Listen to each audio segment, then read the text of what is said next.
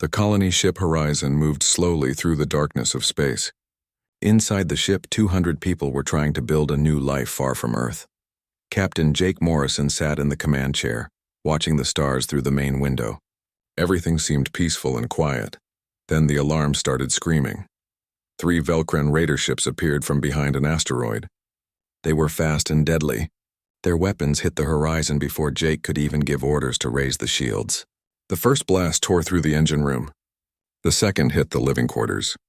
The third blast destroyed half of the life support systems. Commander Lisa Hayes ran to the engineering deck. She could hear people screaming. The walls were broken. Air was rushing out into space. She grabbed an emergency kit and started sealing the holes as fast as she could, but there were too many. The ship was dying. Jake immediately sent out a distress signal. He used every frequency he knew.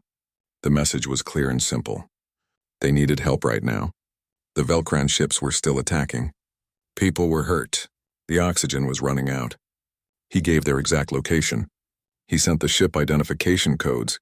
Everything was done exactly right. Within an hour, 7 different alien civilizations received the message. Jake could see the confirmation signals on his screen. They had heard him. The closest help was at Outpost Meridian, a Galactic Council station just 4 hours away. Jake told everyone to stay calm. Help was coming soon, but hours passed. No one came. Dr. Peter Collins worked in the medical bay. 15 people were already dead. 20 more were badly hurt. He did not have enough supplies. He did not have enough time. Children were crying. Parents were trying to be brave for their kids. Everyone kept asking the same question. Where was the rescue team? Lisa managed to stop most of the air leaks. But the life support system was broken beyond repair. She ran calculations on her computer. They had maybe 18 hours of oxygen left. Maybe 20 if they shut down half the ship. She told Jake the bad news over the radio. Jake stared at the communication screen. The Velcran ships had left after the attack. They had taken what they wanted and disappeared. But that did not matter now. What mattered was the silence. 7 civilizations had received the distress call. All of them had sent back automatic confirmation messages. They knew humans were dying out here, and they were doing nothing. On the second day, Jake sent another message. This one was more urgent. He explained that they were running out of air. He said that children were on board. He begged them to send anyone who could help. He promised they would pay any cost for rescue. The responses came back. The messages were cold and formal. The Thulian merchant ship that had witnessed the attack said they could not get involved in Velcran territory. Outpost Meridian said they needed authorization from the Council before helping. The Council said they were reviewing the situation. Everyone had reasons. Everyone had excuses. No one was coming. By the third day, people understood what was happening. They had been abandoned. The galaxy had decided that 200 human lives were not worth the trouble. Jake walked through the ship. He looked at the faces of his crew. Some were angry. Some were scared. Most were just tired and sad. Lisa found him on the bridge. She looked exhausted. Her uniform was torn and covered in grease. "We have maybe 10 hours left," she said quietly. "I am sorry, Captain. I tried everything." Jake nodded slowly. He was not angry at her. She had done more than anyone could ask. He was angry at the aliens who had heard their call and turned away. He was angry at the Galactic Council that valued politics more than lives. He was angry at himself for believing they would help. Dr. Collins reported more deaths. The injured people were getting worse. The air was getting thin. People were having trouble breathing. Some had already fallen unconscious. Parents held their children close. Crew members said goodbye to each other. Jake made a decision. If they were going to die out here, at least Earth would know the truth. He activated the ship's recorder and started documenting everything. He showed the distress calls. He showed the responses from the alien civilizations. He showed the timestamps proving help could have arrived days ago. He recorded the faces of his dying crew. He recorded the children struggling to breathe. Then he sat in his command chair and made one final transmission. This one was not a request for help. It was a message for humanity. His voice was calm and clear. "This is Captain Jake Morrison of the colony ship Horizon. If anyone from Earth is listening, you need to know what happened here. We were attacked by Velcran raiders 3 days ago. We sent out distress signals following every protocol. 7 alien civilizations received our calls. The Galactic Council station at Outpost Meridian was 4 hours away. They all heard us. They all acknowledged our signal. And they all chose to let us die. He paused and looked around the bridge. We followed every rule. We trusted the system. We believed the Council's promise that all spacefaring species would be protected. We were wrong. To the people of Earth, do not trust them. Do not believe their promises. When it matters, they will abandon you. Remember us. Remember what they did to us. Jake encrypted the message and sent it on every frequency, especially the military channels. He hoped someone would receive it. He hoped Earth would know the truth. The oxygen ran out on the 4th day. People started losing consciousness. Jake stayed at his post as long as he could. His last thought was of Earth, his beautiful blue planet where humans helped each other, where people did not abandon their own. He wished he could see it one more time. The horizon drifted silent in the darkness. Inside were 200 bodies. Outside was a galaxy that had decided they did not matter. 3 days later, the Earth Defense Fleet received the black box transmission. Military analysts watched the footage in silence. They saw everything: the attack, the distress calls, the responses, the abandonment, the slow death of 200 innocent people who had done nothing wrong except trust that others would help them. The footage was marked Priority Alpha and sent directly to Fleet Command on Mars. Admiral Richard Kane watched it 3 times. Each time his anger grew colder and harder. By the 3rd viewing, he had made his decision. The galaxy thought it could ignore humanity. They were about to learn how wrong they were. Admiral Richard Kane stood in the war room at Earth Defense Fleet headquarters on Mars. The room was filled with the highest-ranking military officers in human space. They had all watched the horizon footage. Nobody spoke. The silence was heavy and cold. General Patricia Moore was the first to break the quiet.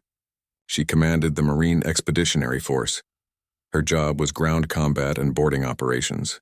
She looked at the star map on the table. 7 civilizations received that distress call. The Thulians actually saw the attack happen. Outpost Meridian had 3 ships that could have reached the horizon in under 3 hours. This was not a mistake. This was a choice. Admiral Vincent Shaw nodded. He ran naval intelligence. His job was knowing what enemies were thinking. The Council does not consider us equal. We come from Earth, a death world. In their eyes, we are violent primitives, dangerous animals that barely qualify as civilized. Our colonists do not deserve the same protection as other species. That is what they really think. Richard played the video again. He watched Jake Morrison die at his post. He watched families hold each other as the air ran out. He watched children take their last breaths. His hands gripped the edge of the table so hard his knuckles turned white. They had time, Richard said quietly. Days. They could have saved every single person. Instead, they had meetings. They discussed protocols. They worried about politics. 200 humans suffocated while they debated. Patricia pulled up detailed intelligence reports. The Velcron pirates operate from the Dust Reef. It is an asteroid cluster in neutral space. They have been raiding ships for decades. The Xanthar Concordat protects them. The Council refuses to authorize any action because it might upset the regional power balance. Regional power balance, Richard repeated. The words tasted like poison. Is that what 200 lives are worth? Balance. Vincent leaned forward. If we move against the Velcron without Council approval, there will be consequences. They could impose sanctions, cut off trade, maybe even expel us from the Council completely. Earth's economy would suffer. And if we do nothing? Patricia challenged. How many more colony ships will they ignore? How long before they decide human lives are always acceptable losses? The room fell silent again. Every officer there had family members serving in space. Research vessels, trading ships, survey teams, all of them vulnerable. All of them now knowing that if something went wrong, the galaxy would not help them. Richard looked at each officer. I need to know right now. Are we prepared to do what is necessary, even if it means war? Even if it means standing alone against the entire Galactic Council? One by one, they nodded. Then here is what we are going to do, Richard said. He pulled up the tactical map. Recall the 3rd, 7th, and 9th fleets. Every capital ship within 3 jumps of the Dust Reef. I want dreadnoughts, carriers, cruisers, and destroyers. Full combat loadout. We assemble in 48 hours. What are we calling this operation? Vincent asked. Operation Reckoning, Richard replied. Because that is what this is. The galaxy ignored us. Now they pay the price, Patricia smiled grimly. The Council will call it an act of war. Let them, Richard said. They had their chance to deliver justice. They chose bureaucracy. Now we deliver justice our way. Send the recall orders. Priority Alpha. Every ship. Every Marine. This is happening. The orders went out across human space. Warships that had been on patrol turned around. Ships in dock scrambled to finish repairs. Crews that had been on leave were called back to duty. Within hours, the entire fleet was mobilizing. News of the Horizon massacre had spread through the human colonies. Everyone had seen the footage. Everyone knew what the Council had done. When the recall orders arrived, every single crew member volunteered. Not one person refused. They all wanted to be part of what came next. Captain Greg Palmer received his orders aboard the destroyer Vengeance. He was told to proceed to the rally point immediately. His mission brief was simple and direct. Fend Velcron. Kill Velcron. Take no prisoners. He read it twice to make sure he understood. Then he smiled and gave the order to his crew. They cheered. On Earth, the Secretary General held an emergency meeting. Some politicians wanted to stop the operation. They argued it would damage relations with the Council. They said humanity needed to be diplomatic. They suggested more negotiations. Admiral Kane listened to their arguments. Then he showed them the video again. He made them watch Jake Morrison's final message. He made them see the children dying. When the video ended, he asked a simple question. Do you want this to happen again? Nobody answered. Then we respond with force, Richard said. We show the galaxy that humanity protects its own. We prove that our people are not disposable. And we make sure that no alien ever ignores a human distress call again. The politicians agreed. They had no choice. Public opinion was demanding action. Every human alive wanted justice for the Horizon. If the government did nothing, there would be riots. 2 days later, the human fleet assembled at the rally point. 43 warships, the largest military force Earth had ever sent beyond its own solar system. Dreadnoughts bigger than cities. Carriers loaded with fighters. Cruisers packed with missiles. Destroyers ready for close combat. Admiral Kane addressed the fleet from his flagship, the Retribution. 3 weeks ago, 200 humans called for help. The galaxy heard them and did nothing. Today we make sure that never happens again. We are going to the Dust Reef. We are going to eliminate the Velcran threat completely. We are going to show the Xanthar that protecting murderers has consequences. And we are going to send a message that the entire galaxy will understand. Humanity does not forgive. Humanity does not forget. And humanity always protects its own. The fleet moved forward as one. Engines burning bright against the darkness. Weapons charged and ready. Every human on every ship knew what they were there to do. This was not a police action. This was not a peacekeeping mission. This was vengeance. Pure and simple. Behind them, Earth watched and waited. Ahead of them, the Velcron had no idea what was coming. And scattered across the galaxy, the other civilizations were about to learn a lesson. Never ignore a distress call from a Deathworld species, because when they come for revenge, they do not stop until everyone responsible is dead. Commander Greg Palmer stood on the bridge of the destroyer Vengeance. Through the main window, he could see the rest of the human fleet. 43 warships hanging in space like steel wolves waiting to hunt. The dust reef glowed in the distance. That was where the Velcran pirates lived. That was where they hid after attacking helpless ships. That was where they thought they were safe. They were wrong. Lieutenant Amy Foster worked at the tactical station. Her job was targeting and weapons control. She had spent the last week studying every piece of intelligence about the Velcran bases. She knew where their ships docked. She knew where their command centers were. She knew where their leaders slept. She had marked every single target on her computer. Now she was ready. All ships report ready status, Amy said. Weapons are charged. Fighters are deployed. Marines are standing by for boarding operations, Greg nodded. He looked at his crew. Every single person had volunteered for this mission. Some had friends who died on the Horizon. Others just believed it was the right thing to do. All of them were ready to fight. The communication system crackled to life. It was Ambassador Televan from the Thulian delegation. The Thulians were a species with multiple eyes and a body like an octopus. They were known for being careful and avoiding conflict. Televan sounded worried. Commander Palmer, your fleet must withdraw immediately. You are in neutral space. This violates Council regulations. If you attack, there will be serious consequences. Greg kept his voice calm and cold.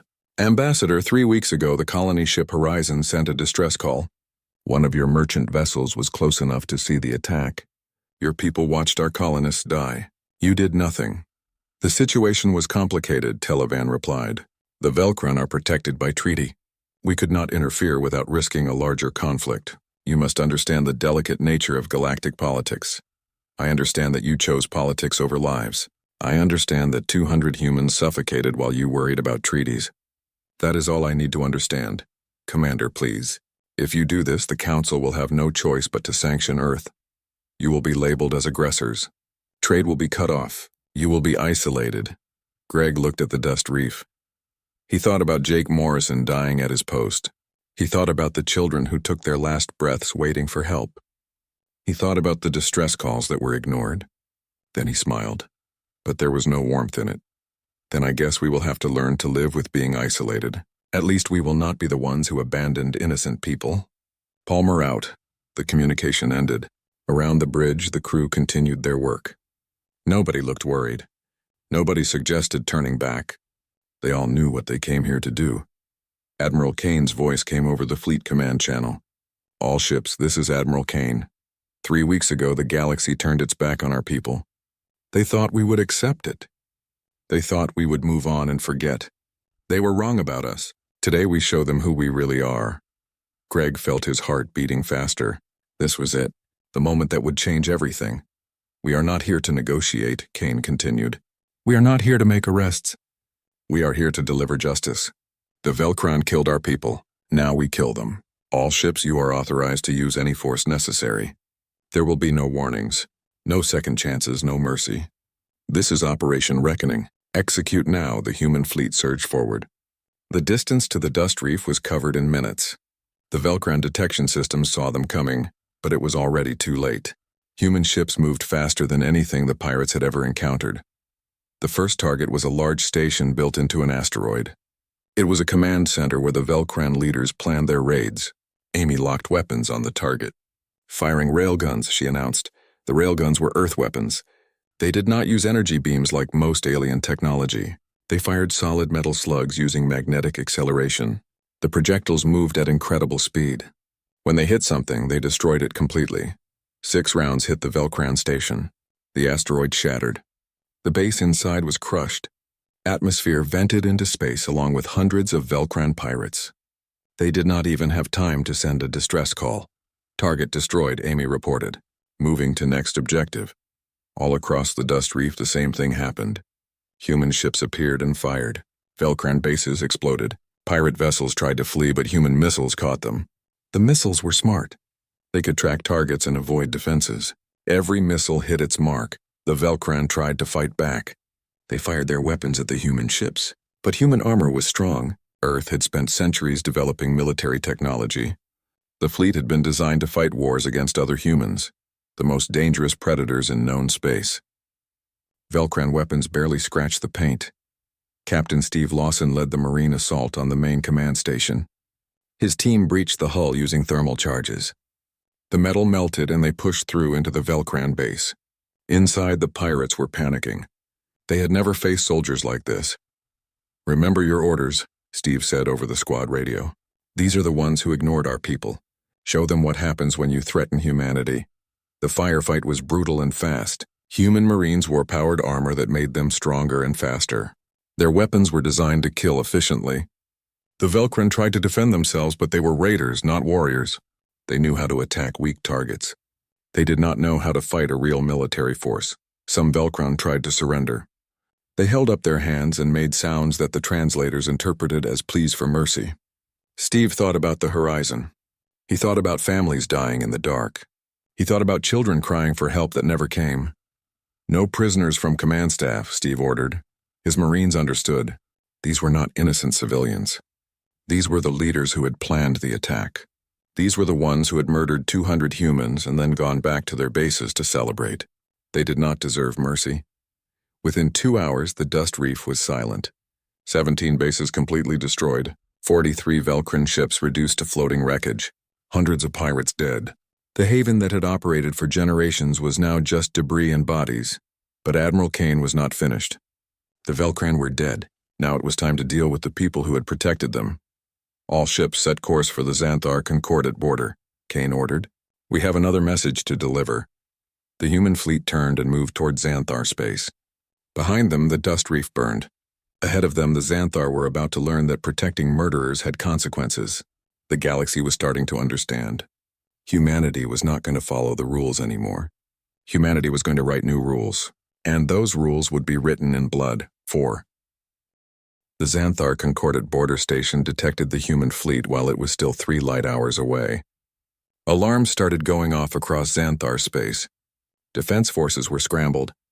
Emergency meetings were called. The Xanthar had just received news about what happened at the Dust Reef. They knew the humans were angry. But they did not think the humans would actually come here. The Xanthar were a species that looked like large squids with tentacles and soft bodies. They had built their civilization on careful planning and avoiding conflict. They were bureaucrats and administrators. They made money by managing trade routes and offering protection to smaller groups. The Velcran pirates had paid them well for permission to use the Dust Reef. Now the Xanthar defense minister, whose name translated as Kelvin Tar, stared at the sensor readings. 43 human warships were holding position at the border. Their weapons were charged. Their shields were up. They were ready for battle. Kelvin Tar opened a communication channel to the human flagship. Admiral Kane's face appeared on the screen. The human looked calm, but his eyes were cold and hard. Kelvin Tar felt genuine fear. He had seen the reports from the Dust Reef. The humans had destroyed everything in less than 2 hours. Admiral Kane, this is an outrage, Kelvin Tar said, trying to sound confident. You have attacked a neutral territory. You have destroyed property. Now you appear at our border with weapons ready. This is an act of war against the Concordat. No, Kane replied, his voice quiet and dangerous. This is a debt collection. You sheltered the Velcran. You took money from their piracy. You gave them protection. That makes you responsible for their crimes. We are here to collect payment for the murder of 200 human civilians. The Council will never allow this. You cannot simply attack member species whenever you are upset. There are laws. There are procedures. Kane leaned forward. The Council had its chance to use laws and procedures. They chose to let our people die. Now we choose action. You have 2 options, Minister. Option 1 is simple. You hand over every Velcran currently in your territory. You give us access to all their financial accounts. You provide a full list of every asset they stored under your protection. Do this and we leave peacefully. Kelvin Tar's tentacles writhed in agitation. And option 2? Option 2 is we come in and take what we want. We burn every station that ever helped the Velcran. We seize every account. We board every ship. And when we are done, the Concordat will be a memory. You are bluffing. You would not dare attack us. We have defense forces. We have allies. The Council would intervene. Kane's expression did not change. Minister, let me explain something about humans. We come from a planet that tried to kill us every single day. Extreme weather. Deadly predators, diseases, natural disasters. We survived by being more violent than anything else. We did not reach the top of our food chain by being nice. We got there by being the most dangerous thing on our world. He paused and gestured to the fleet behind him. These warships represent maybe 5% of Earth's military capacity. We have 9 fleets. We have more ships under construction right now than most species build in a century, and every single human in our military volunteered to be there. They want to fight. They are hoping you choose option 2. Kelvin Tar looked at the sensor readings again. He thought about the Dust Reef.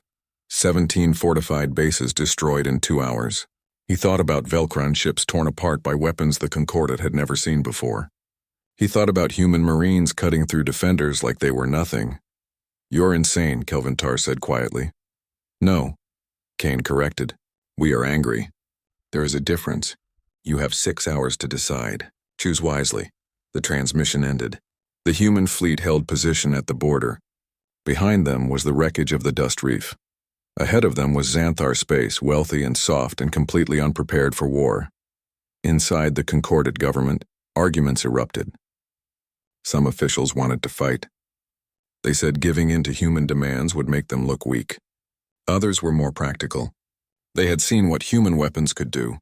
They did not want their stations turned into debris clouds. Kelvin Tarr called an emergency council meeting. He showed them the footage from the dust reef. He showed them the analysis of human weapons technology. He showed them intelligence estimates of how long concordant defenses would last against a human assault. Approximately 17 minutes, the military commander reported.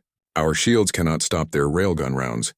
Our weapons cannot penetrate their armor, and their Marines are equipped with technology we do not have. If they attack, we lose. But what about our reputation? One official argued. If we surrender without fighting, every small group will think they can threaten us. If we fight and lose, we will have no reputation at all, Kelvin Tarr replied. We will be dead. The debate went on for hours. Meanwhile, the human fleet waited patiently at the border. Admiral Kane used the time to run drills. Human crews practiced target sequences. Marines rehearsed boarding procedures. Fighters flew patrol patterns. The message was clear. They were ready. They were willing. They were hoping the Xanthar would give them an excuse. 5 hours after the ultimatum, Kelvin Tarr made his decision. He could not risk his entire civilization for the sake of some dead pirates. The Velcron were gone anyway. There was no point in dying to protect a memory. He opened a channel to the human fleet. Admiral Kane, the Concordat accepts your terms.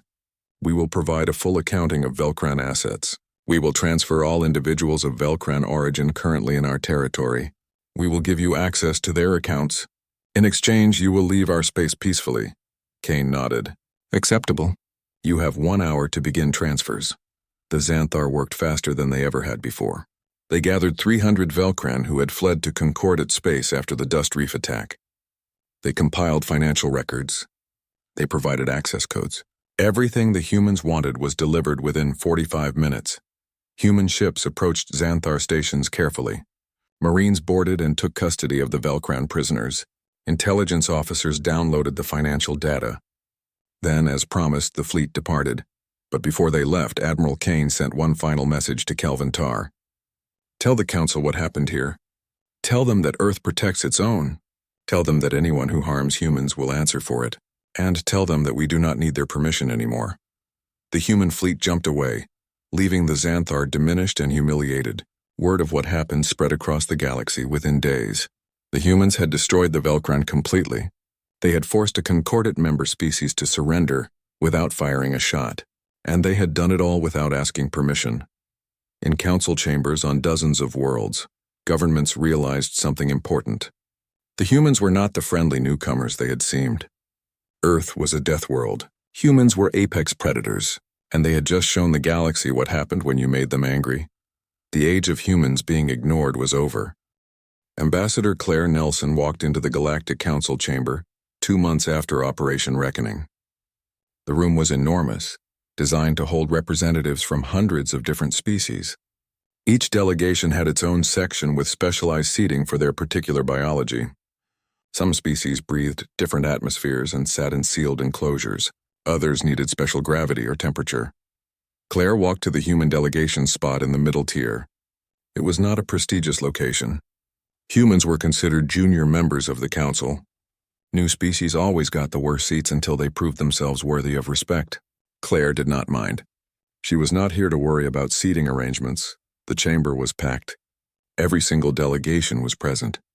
That almost never happened. Usually, most representatives sent assistants to routine meetings. But today was different. Today, everyone wanted to see what the humans would say. High Chancellor Morvex called the session to order. Morvex was a being made of living crystal. His species was one of the oldest in the galaxy. They had been spacefaring for over 10,000 years.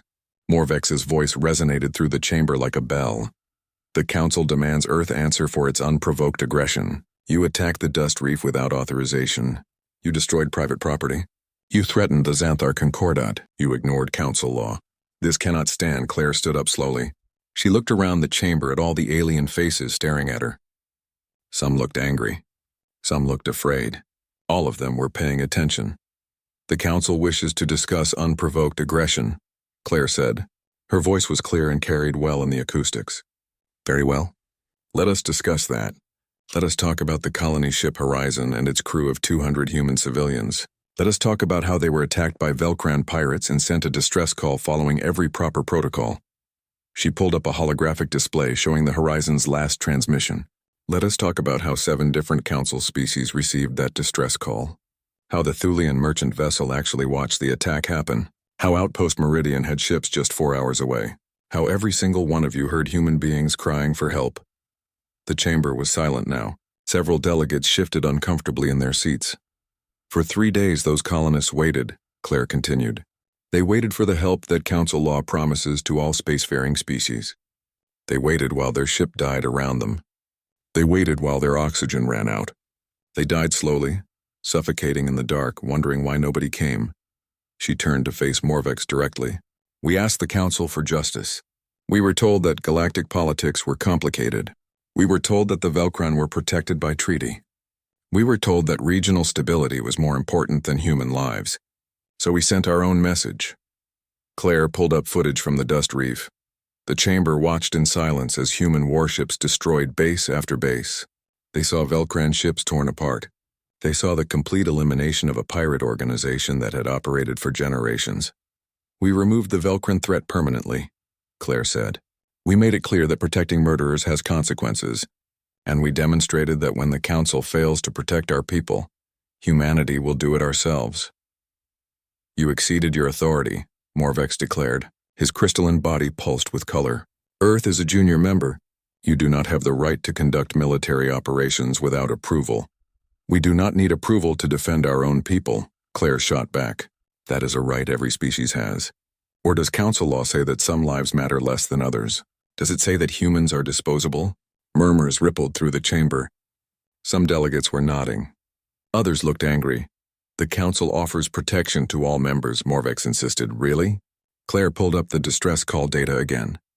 Then why were 7 acknowledgements received and 0 rescue ships sent? Why was a Thulian vessel close enough to see the attack, but too concerned about treaties to help? Why did Outpost Meridian choose paperwork over saving lives? She looked around the chamber. The truth is simple. You ignored our people because you think humans do not matter. We come from Earth, a death world. In your minds, we are violent primitives, dangerous animals. And animals do not deserve the same consideration as civilized species. That is not true, Ambassador Televan of the Thulian delegation protested. The situation was complicated. Complicated, Claire repeated. 200 people suffocated while you dealt with complications. Tell me, Ambassador, how many of your species would need to die before complications stopped mattering? 10, 20? Or would one be enough? Televan did not answer. Claire pulled up a new display. It showed Earth's military forces. Dozens of fleets. Hundreds of ships. Construction yards building more every day. Let me make something very clear to this council. Earth is no longer requesting permission. From this moment forward, any distress call from a human vessel will be treated as our highest priority. We will respond with whatever force is necessary. Any species that interferes with our people will answer directly to us. The council will not accept such ultimatums, Morvex said, but his voice had lost some of its certainty. Then do not accept them, Claire replied calmly. But before you decide to oppose us, ask yourselves a question. Are you prepared for war with a species from a death world? A species that spent 10,000 years perfecting warfare before we even reached space? Because if you come for us, we will not fight by your civilized rules. We will fight to win. Completely. Totally. We will bring the kind of war that your species abandoned millennia ago. The chamber fell into complete silence. Every being there understood what Claire was really saying. Humans were not bluffing. They had proven that at the dust reef. If the council pushed them, humanity would drag galactic civilization into the kind of total warfare that could destroy everything. Finally, a delegate from the Eryxian collective spoke up. The Eryxians were an old species, known for being practical. What does Earth want? Claire smiled slightly. Recognition. Respect. The acknowledgement that human lives matter as much as anyone else's. Give us that, and we will continue to be the peaceful, cooperative species you thought you were getting. We will trade. We will share technology. We will contribute to the galactic community. But deny us, and you will see what humans are really capable of. The vote was held 3 days later after endless debates and closed meetings. The result was close but clear. The Council formally recognized Earth's right to independent military action in defense of human interests. Trade agreements were renegotiated on more favorable terms. Most importantly, Human distress calls were elevated to priority status across all Council space.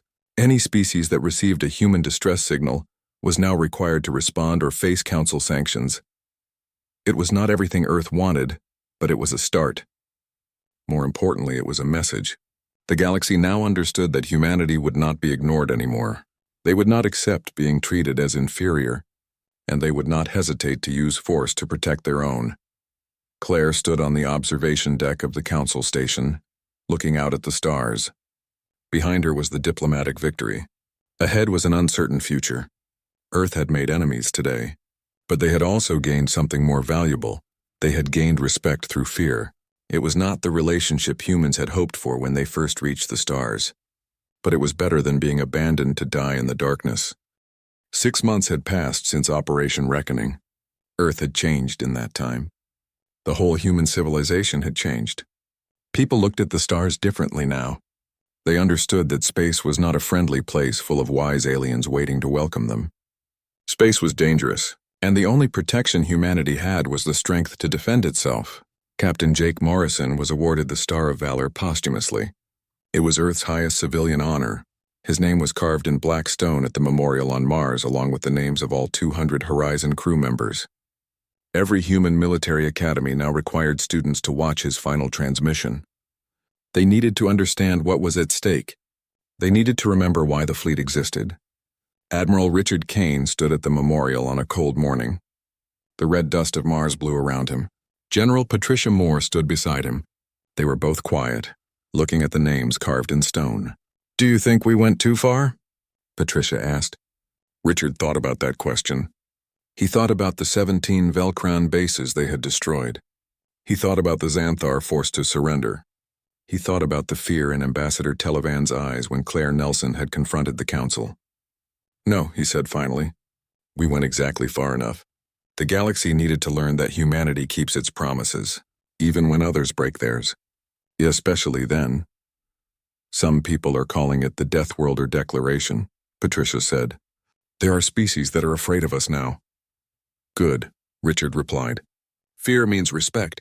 It means they will think twice before ignoring our distress calls again. It means our people are safer." Patricia nodded slowly. "The Council is changing. They are rewriting protection protocols. Response time requirements are stricter now, not just for humans, for everyone." "Then something good came from it," Richard said. "Jake and his crew did not die for nothing." Above them, orbital shipyards filled the sky.